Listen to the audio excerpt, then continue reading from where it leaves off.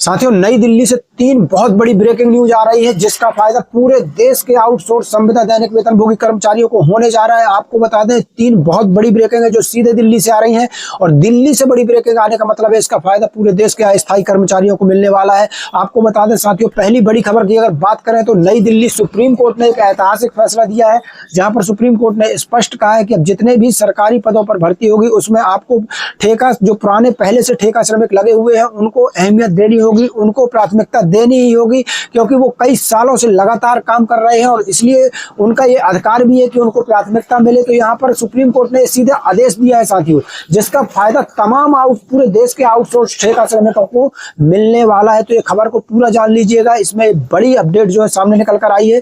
दूसरी बड़ी खबर आपको बता दें, ईपीएफओ की राशि जो है 15,000 से बढ़ाकर 25,000 कर दी गई है, जो कि अब 25,000 प्रति माह जो है ईपीएफओ राशि को किया जा सकता है। इस पर विचार चल रहा है क्या फायदा होने वाला है। 25,000 प्रति माह अगर आपका ईपीएफओ की राशि की जाएगी तो उसका आपको क्या फायदा होगा, इसकी पूरी अपडेट जान लीजिएगा, क्योंकि इसका संबंध हर आउटसोर्स संविदा दैनिक वेतनभोगी कर्मचारी से है, क्योंकि ईपीएफ ईएसआईसी सभी का करता है। तो इस खबर को जरूर जान लीजिएगा, कब से लागू होगा, बहुत महत्वपूर्ण खबर है। तीसरी बड़ी खबर है उत्तर प्रदेश आउटसोर्स सेवा निगम। जी हाँ साथियों, उत्तर प्रदेश आउटसोर्स सेवा निगम की पहली बैठक हुई है। पहली बार इसके लिए कोई बैठक हुई है जिसमें हर विभाग के उच्च अधिकारी शामिल हुए हैं। पहली बैठक ये बुधवार को संपन्न हुई है।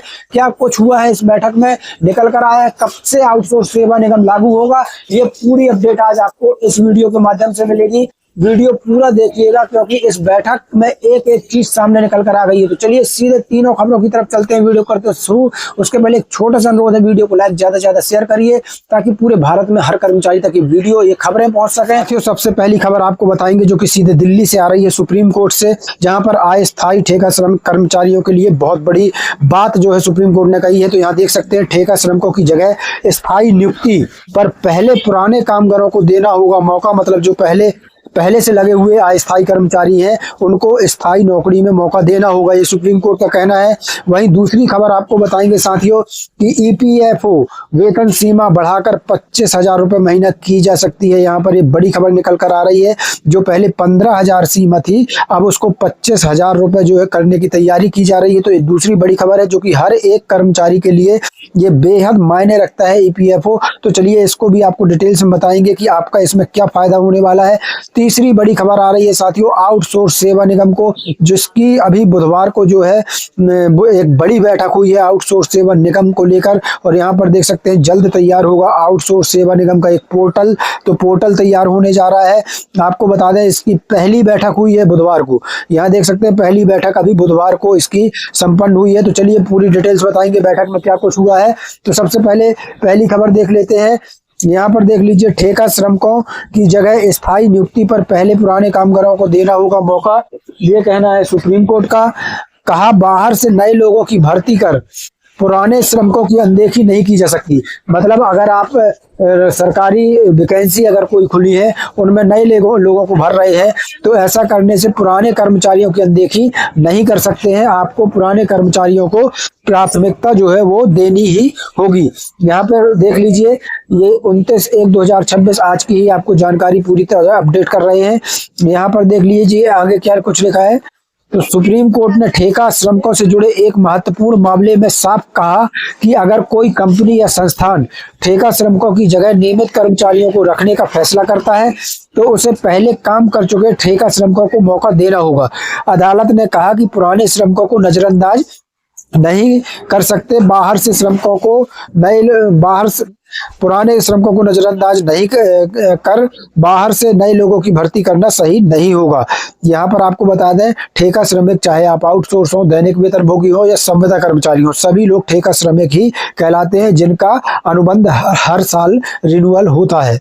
यहाँ पर देख लीजिए, जस्टिस पंकज मित्तल और जस्टिस SVN भट्टी की पीठ ने कहा कि यह प्राथमिकता केवल कागजों तक सीमित नहीं होनी चाहिए बल्कि इसका असली फायदा ठेका श्रमिकों को मिलना चाहिए। इसके लिए नियोक्ता उम्र सीमा, पढ़ाई से जुड़ी शर्तों में ढील दे सकता है, खासकर उन पदों पर जहां तकनीकी योग्यता जरूरी नहीं होती।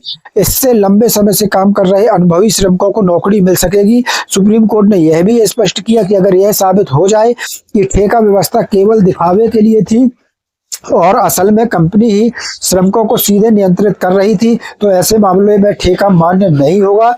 ऐसे श्रमिकों को सीधे कंपनी का कर्मचारी माना जाएगा और उनकी सेवाओं को नियमित किया जाएगा। कोर्ट ने कहा कि ऐसे कर्मचारियों को वेतन, बकाया राशि और अन्य सभी लाभ भी मिलेंगे जैसे कि नियमित कर्मचारियों को मिलता है। औद्योगिक न्यायालय के आदेश को कंपनी ने दी है चुनौती। यह मामला तब सामने आया जब एक कंपनी ने औद्योगिक न्यायालय की ओर से दिए गए अंतरिम आदेश को चुनौती दी। उस आदेश में ठेका श्रमिकों को नियमित कर्मचारी जैसे लाभ दिए गए थे। कंपनी का कहना था कि जब तक यह तय न हो जाए कि श्रमिक कंपनी के कर्मचारी हैं या नहीं, तब तक इस तरह की राहत नहीं दी जा सकती। तो साथियों, यहाँ पर आपको बता दें, बहुत बड़ा फैसला है सुप्रीम कोर्ट का, जिसका फायदा पूरे देश के कर्मचारियों को मिलने वाला है, क्योंकि ये फैसला सुप्रीम कोर्ट का और सुप्रीम कोर्ट का फैसला पूरे देश के लिए होता है। तो यहाँ पर आपको बता दें दोस्तों, अब सुप्रीम कोर्ट ने स्पष्ट कह दिया है कि अगर कहीं नई वैकेंसी या सरकारी वैकेंसी जो निकल रही है, सरकारी पद निकले हुए हैं और उसमें अगर भर्ती की जा रही है, तो आपको पुराने लगे हुए कर्मचारियों को प्राथमिकता देनी होगी। कुछ चीज़ों में आप उनको छूट दे सकते हैं ताकि उनकी भी अनदेखी ना हो। तो ऐसा ये बहुत राहत भरा फैसला माना जा रहा है तमाम अस्थायी कर्मचारियों के लिए। इस फैसले के आने के बाद तमाम आउटसोर्स अस्थायी कर्मचारियों में खुशी की लहर है। वहीं दूसरी खबर अगर हम देख लें साथियों, तो दूसरी बड़ी अपडेट निकल कर आ रही है, ये भी दिल्ली से ही आ रही है। तो दिल्ली से खबर है, पूरे देश के कर्मचारियों के लिए फायदेमंद खबर है। ईपीएफओ वेतन सीमा बढ़ाकर 25,000 रुपये महीना की जा सकती है।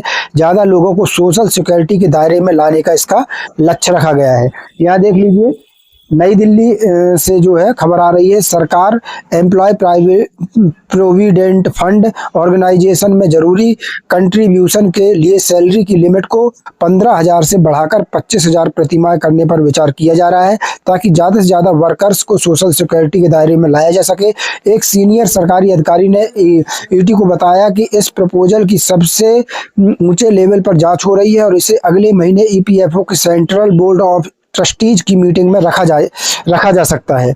और यहाँ पर देख लीजिए, ये हर एक कर्मचारी के काम की चीज है। 2014 में हुए पिछले बदलाव के 12 साल बाद इस कदम से ईपी और ईपीएफओ कारपर्स में काफी बढ़ोतरी हो सकती है, जबकि ज्यादा डिडक्शन और एम्प्लॉयर की बढ़ती लागत की वजह से कर्मचारियों की टेक होम सैलरी जो है कम हो सकती है। अगर इसे मंजूरी मिल जाती है तो नई लिमिट 1 अप्रैल से लागू हो सकती है। इसका मतलब होगा कि ईपीएफओ से जुड़े सभी फायदे नई लिमिट के हिसाब से होंगे।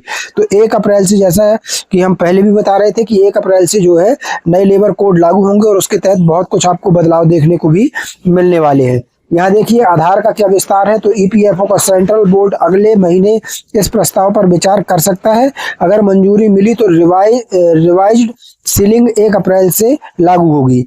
ईपीएफओ के पास 28 लाख करोड़ से ज्यादा का फंड है। यह 70 मिलियन से ज्यादा सब्सक्राइबर को मैनेज करता है।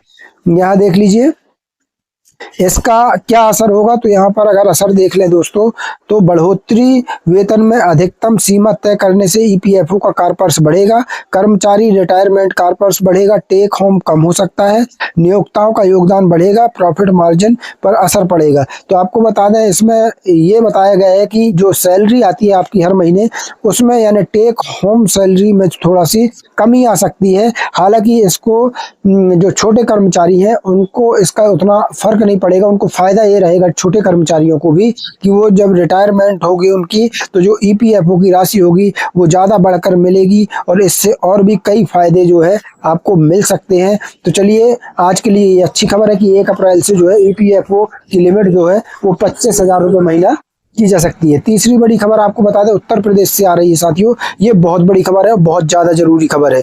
जल्द तैयार होगा आउटसोर्स सेवा निगम का पोर्टल। यहाँ पर देखिए, मुख्य सचिव की अध्यक्षता में, यहाँ देख लीजिए, मुख्य सचिव की अध्यक्षता में गठित उत्तर प्रदेश आउटसोर्स सेवा निगम के निदेशक मंडल की पहली बैठक बुधवार को हुई।